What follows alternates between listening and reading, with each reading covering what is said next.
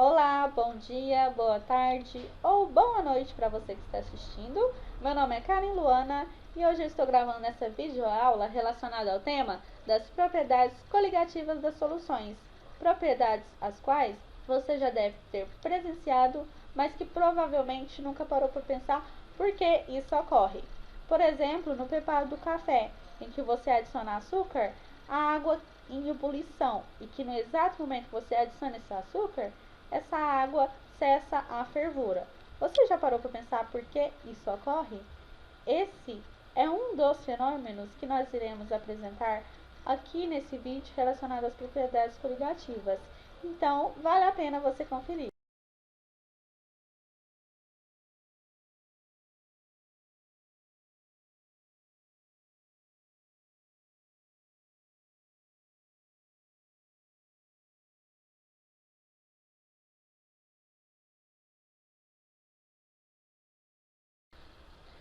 São 4 as propriedades coligativas das soluções: a tonoscopia, a ebuloscopia, a crioscopia e a osmoscopia. Elas são divididas nessas a partir das alterações que cada uma exerce a partir da mistura do solvente com um soluto não volátil. O solvente a ser analisado sempre será a água, uma vez que é um solvente universal. E o soluto não volátil pode ser qualquer um, porque aqui a análise do soluto não é qualitativa, e sim quantitativa. É a partir da quantidade de soluto adicionado ao solvente que a gente vai analisar a presença das propriedades coligativas. Por exemplo, a gente tem o soluto e o solvente puro. Adicionando-se o soluto ao solvente, as propriedades desse solvente vão mudar, porque a partir da ligação que vai ocorrer entre as moléculas do soluto com as do solvente, haverá interações entre elas que irão mudar as propriedades físicas do solvente a partir da solução. A solução será uma mistura homogênea. Por quê? Porque em todos os pontos dessa solução, as propriedades serão iguais, ok? Olha, as propriedades coligativas formam o teco.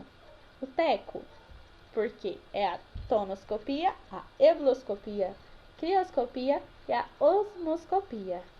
Eu fiz esse macete para que vocês não se esqueçam que é nessa ordem e que na tonoscopia diminui a pressão de vapor, aumenta o ponto de ebulição, diminui o ponto de congelamento e aumenta a pressão osmótica. Ok? Aqui dá para vocês visualizarem melhor e gravarem isso com mais facilidade na cabeça, ok? Agora vou explicar cada uma detalhadamente. A tonoscopia, ou pode ser entendida como a pressão de vapor que diminui na presença de um soluto não volátil, ela altera essas propriedades da pressão de vapor. O que acontece? Quando você adiciona o sal, por exemplo, à água, esse sal vai dificultar a ebulição da água. A pressão de vapor para que a água possa entrar em ebulição vai ser muito menor do que era antes, quando a água estava pura, quando o solvente era analisado puro. Na ebulioscopia, aumenta o ponto de ebulição, exatamente porque a ebulioscopia é uma consequência da tonoscopia. Se diminuir a pressão de vapor, vai elevar o ponto de ebulição. O ponto de ebulição é o ponto em que sai do estado líquido e passa para o estado gasoso. A crioscopia, ela vai estudar a variação do ponto de congelamento em relação ao solvente puro. Quando você adiciona água e gelo, esse gelo, essa água, mistura de gelo com água, vai demorar mais a congelar do que se a água estivesse pura. Por exemplo, A água, ela congela a 0 graus Celsius. Você adicionando gelo, fazendo essa mistura, essa solução, ela vai congelar mais ou menos menos 20 graus Celsius. Isso porque o sal reage com as moléculas da água e dificulta o seu congelamento. Assim, ela vai precisar de uma temperatura mais baixa do que era para poder congelar de fato, ok? E a osmoscopia ou pressão osmótica que aumenta.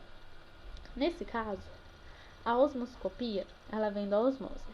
A osmose é a passagem por uma membrana semipermeável de solvente do meio menos concentrado, que é o meio hipotônico, para o meio mais concentrado, que no caso é o meio hipertônico.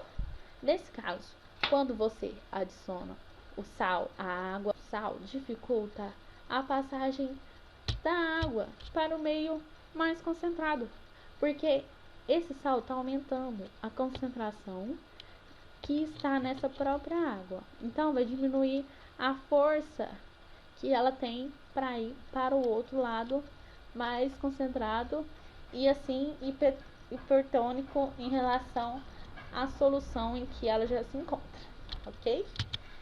E esse é um presente para você que assistiu até o final do vídeo, mas não é um buquê, gente, é mesmo um macete para que vocês lembrem.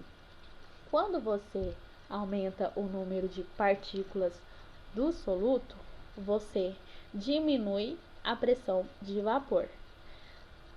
Consequentemente, quando você aumenta o número de partículas do soluto, você aumenta a osmoscopia, você diminui a crioscopia, que é o ponto de congelamento, e você aumenta a ebulioscopia. Quero agradecer por você ter assistido, espero que você tenha entendido e até a próxima.